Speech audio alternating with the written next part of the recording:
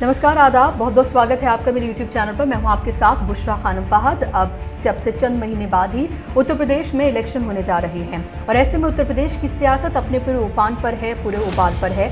और ऐसे में सबसे ज़्यादा अगर बात किसी की जा रही है अभी हाल फिलहाल में, तो वो है ब्राह्मण वोटर्स की। और इसको लेकर हाल ही में बीएसपी की तरफ से ब्राह्मण सम्मेलन किया गया अयोध्या में। बीएसपी का ब्राह्मण चेहरा माने जाने वाले सतीश मिश्र ने इसकी वहाँ से शुरुआत की और वहाँ पर उन्होंने जय श्री राम के नारे भी लगाए। जय भीम के नारे लगाने वाली पार्टी जो है अब ब्राह्मणों को रिझाने की कोशिश कर रही है। उसको ये लग रहा है कि 2007 की जो उसकी सोशल इंजीनियरिंग की जो ट्रिक उसने अपनाई थी वो शायद वो फिर से दोहरा पाएगी। और इस खाम ख्याली में जो है वो बीएसपी ने इस ब्राह्मण सम्मेलन की शुरुआत अयोध्या से की है। और ये भी वहाँ पर कहा कि अगर वो सत्ता में आते हैं तो वो किस तरह से बीजेपी से भी तेज़, बीजेपी तो मंदिर बनवा रही है लेकिन वो बीजेपी से भी तेज़ जो है वो राम मंदिर वहाँ पर बनवाएंगे। और इसीलिए शुरुआत जो है वह अयोध्या से की गई है। वहाँ पर सतीश मिश्र ने ये कहा कि 13%, हालांकि ये माना जाता है कि 10 से 11% है ब्राह्मण वोट जो है वो उत्तर प्रदेश में, लेकिन उन्होंने कहा कि 13% ब्राह्मण वोट और 23% दलितों का वोट अगर हमें मिल जाए और तो हमें इसके अलावा फिर किसी और की ज़रूरत नहीं है, यानी किसी और कास्ट से जुड़े जो वोटर है उसकी उन्हें ज़रूरत नहीं है या किसी और समुदाय से जुड़े वोटर की उन्हें ज़रूरत नहीं है। ये कहना था सतीश मिश्र का। उन्होंने कहा कि अयोध्या से इसकी शुरुआत की गई है, उसके बाद मथुरा, काशी, चित्रकूट और ज़िलों में जाकर इसी तरह के प्रोग्राम, इसी तरह के सम्मेलन जो है वो किए जाएंगे और जो ब्राह्मण वोटर है उसको रिझाने की कोशिश की जाएगी। तो अब ऐसे में समाजवादी पार्टी कैसे पीछे रह जाती? समाजवादी पार्टी ने भी आनंद फानन में जो है रविवार को अपनी मीटिंग बुलाई, अपने ब्राह्मण जो नेता हैं उनकी मीटिंग बुलाई और उन्होंने भी इसकी कवायद जो है वो शुरू कर दी है। अखिलेश यादव ने एसपी के प्रबुद्ध सभा और परशुराम पीठ से जुड़े पार्टी के नेताओं को ब्राह्मण समुदाय के बीच बैठकें करने के लिए कहा है। और एसपी के जो प्रवक्ता हैं राजेंद्र चौधरी, उन्होंने कहा है कि इन बैठकों की शुरुआत अगले महीने से बलिया से होगी।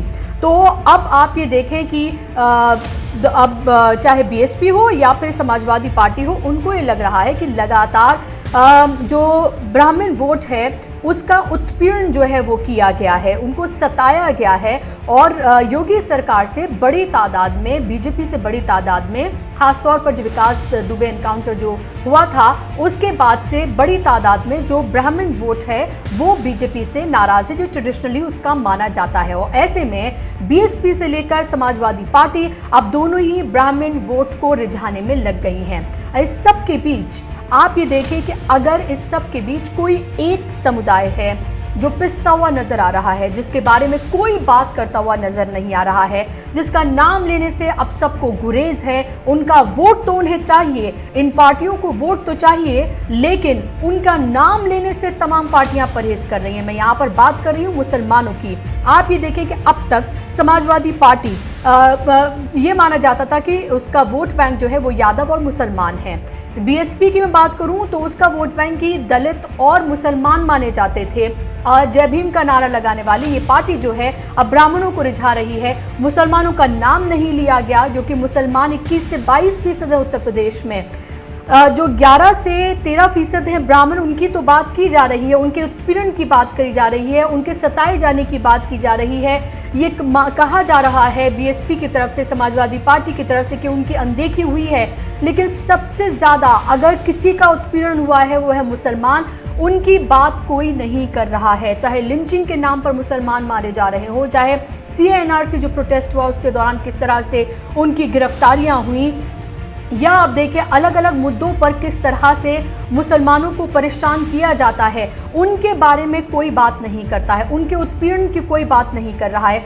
उत्पीड़न तो आप छोड़ दीजिए, उनका नाम तक कोई नहीं ले रहा है। और ऐसे में या तो इनको ये खाम ख्याली है इन पार्टियों को कि मुसलमान जाएंगे तो जाएंगे कहाँ, या तो वो कांग्रेस को, समाजवादी पार्टी को या फिर बीएसपी को ही वोट करेंगे। इस तरह की खाम ख्याली इनके दिमाग में है। और इसीलिए खासतौर पर मैं यहाँ पर बीएसपी और समाजवादी पार्टी की बात करूंगी कि उन्होंने मुसलमानों का नाम लेना ही बंद कर दिया है और अभी सिर्फ रिझाने की कोशिश की जा रही है ब्राह्मणों को। बीजेपी तो पहले से ही, बीजेपी का वोट बैंक ट्रेडिशनली माना जाता है कि ब्राह्मण उसको वोट देते हैं। 2017 में आप ये देखें कि जिस बीएसपी ने मुसलमानों को बड़े पैमाने पर टिकट दिया था, आज वो मुसलमानों का नाम तक नहीं लेने जा रही है। बड़े बड़े जो कद्दावर नेता हैं समाजवादी पार्टी के, वो मुसलमान हैं, लेकिन अभी रिझाने की कोशिश की जा रही है ब्राह्मणों को। आजम खान का आप ये हाल देखिए कि आजम खान किस तरह से कितने लंबे वक्त से जेल में हैं। अभी फिलहाल वो मेदांता हॉस्पिटल में है, जो कि नंबर 2 के नेता समाजवादी पार्टी में माने जाते थे, और उसको लेकर देखिए कि समाजवादी पार्टी की तरफ से ना कोई आंदोलन किया गया, ना उनको लेकर कोई आंदोलन चलाया गया। उनके इतने बड़े चेहरे को जो समाजवादी पार्टी कहा था आजम खान को किस तरह से दरकिनार कर दिया गया। तो मुसलमान वोट तो चाहिए, लेकिन उनके मुद्दों की बात नहीं करनी है, उनका नाम नहीं लेना है। ऐसा लग रहा है कि मुसलमान जैसे दूसरे प्लैनेट से आते हैं या किसी दूसरे प्लैनेट के प्राणी हैं, जिनका नाम लेना इन पार्टियों को गवारा नहीं है। बीजेपी का तो सबको पता है कि बीजेपी तो मुसलमानों को ना तो अपना वोट बैंक मानती है, ना ही उनके इश्यूज़ की बात करती है। नारे भले ही कहे जाएं सबका साथ सबका विकास, लेकिन सबकी आंखों के सामने है कि किसका विकास हो रहा है और किसका साथ मिल रहा है।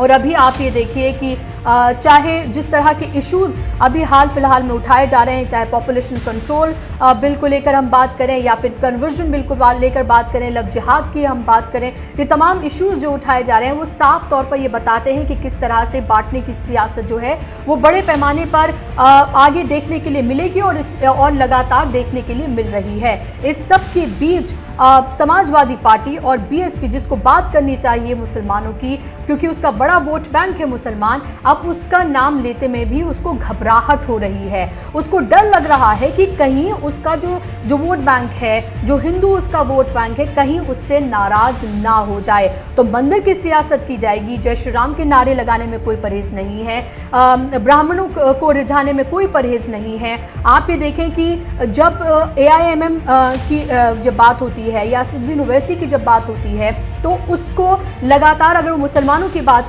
करते हैं तो उनको कम्युनल पार्टी का दर्जा दे दिया जाता है और उनको कम्युनल बता दिया जाता है, क्योंकि मुसलमानों की बात कर रहे हैं। लेकिन हिंदुत्व की बात करने वाली बीजेपी के ऊपर कोई टैग नहीं लगता है। दलितों की बात करने वाली और अब ब्राह्मणों की बात कर रही है बीएसपी, उसके ऊपर कोई टैग, कोई तमगा नहीं लगता है। समाजवादी पार्टी जो है, जो यादवों की बात करती है और अब वो ब्राह्मणों की बात भी कर रही है, उसको लेकर कोई तमगा नहीं लगता है, उसके ऊपर कोई टैग नहीं लगता है। लेकिन जैसे ही AIMM जो है वो सामने आती है, तो फौरन उसके ऊपर कम्युनल होने का तमगा जो है वो लगा दिया जाता है। वहीं कांग्रेस की मैं बात करूं, अगर कांग्रेस किसी भी तरीके से मुसलमानों के इश्यूज अगर उठाने की बात करती है या उनका नाम तक लेती है, तो किस तरह से उसे पाकिस्तान परस्त पार्टी बता दिया जाता है, देशद्रोही पार्टी बता दिया जाता है, टुकड़े टुकड़े गैंग में उसको शामिल कर दिया जाता है।